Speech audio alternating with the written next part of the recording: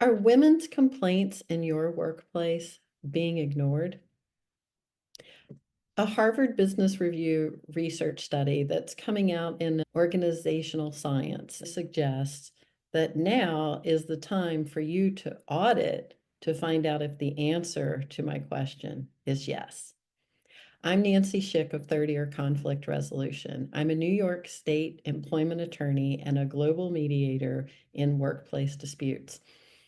And I found this conversation very interesting. I got into it on LinkedIn, so I invite you to go to my LinkedIn profile and you will find it there if you want to join this conversation. Some of the things that came out of that Harvard Business Review research is they used AI voices. I thought this was a really interesting application of artificial intelligence. They took the same complaints, but they had different AI voices read the complaints. Some were read in what people would view probably as a man's voice or a woman's voice. And then they looked at whether those complaints were deemed more credible, more urgent, etc. Yes, you can probably imagine that similar studies can be done and have been done, maybe not using AI with other marginalized communities. I want you thinking about that while also looking at whether your complaints are being given adequate weight, and then you're investigating them fairly and impartially. I've been doing a series on fair and impartial investigation, so hit the subscribe button below to watch that series.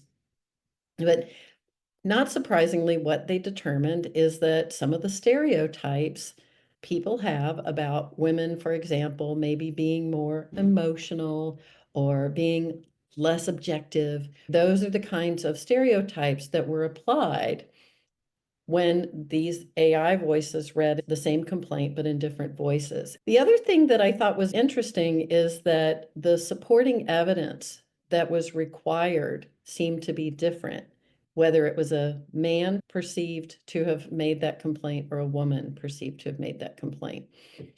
Based on my experience, a lot of times the various complainants, whether male or female, have supporting evidence, but don't always recognize that they do. They don't know how to gather it, they don't know how to present it, and that's another reason they're not heard.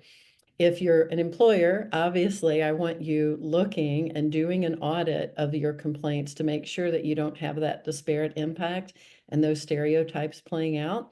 But if you're an employee and you've reported something to your employer and you don't feel like it's being heard, then hit that link below and schedule a consultation. I'm happy to walk you through the process to determine what evidence you have to support your complaint and to help you frame it so that it's heard by your employer. And of course, in the meantime, keep listening with your third ear for those hurts you can heal.